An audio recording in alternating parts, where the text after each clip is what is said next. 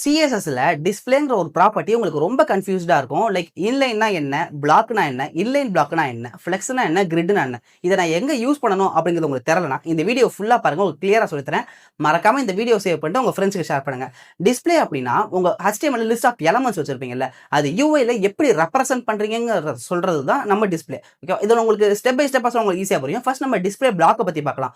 Black அப்படின்னா உங்களுக்கு அது என்டையர் ஸ்பேஸையும் அது எடுத்துக்கும். இப்போ பார்த்தீங்கன்னா HTML divன்னு சொல்லிட்டு ஒரு டேக் வச்சிருக்கேன். அதில் கோட் பே அப்படின்னு சொல்லிட்டு ஒன்று வச்சிருக்கேன். ஸ்டைலில் போயிட்டு அந்த டிவை டார்கெட் பண்ணிட்டு அதில் நான் display block plus background colour அப்புறம் வந்து கலர்லாம் கொடுத்துட்டு பார்த்தேன்னா உங்களுக்கு என்டையர் ஸ்பேஸை அதை எடுத்துக்கும். இப்போ நான் அந்த டிவ் நான் இன்னொரு க்ளோன் பண்ணேன் அப்படின்னா உங்களுக்கு பக்கத்தில் வராது, அடுத்த லைனில் தான் வரும். ஏன்னா பிளாக் அந்த என்டையர் ஸ்பேஸையும் உங்களுக்கு எடுத்துக்கும், வராது. இதில் உங்களுக்கு ஹைட் வித் உங்களால் கொடுத்துக்க முடியும். ஓகே, ஸோ நெக்ஸ்ட் இன்லைன்னு பார்த்தீங்கன்னா உங்களுக்கு தேவையான ஸ்பேஸை மட்டும் தான் எடுத்துக்குமே தவிர அந்த பிளாக் மாதிரி என்டையர் ஸ்பேஸையும் எடுத்துக்காது. அப்போ நான் திரும்ப க்ளோன் பண்ணா எனக்கு கீழே வந்துருமா க்ளோன் வைக்கிறீங்கன்னா இல்லை, வராது. உங்களுக்கு பக்கத்தில் தான் எடுத்துக்கும். ஆனால் இதில் உங்களுக்கு ஹைட் வித் உங்களால் கொடுத்துக்க முடியாது. அதுதான் இன்லைன், அதுதான் பிளாக். ஓகேவா?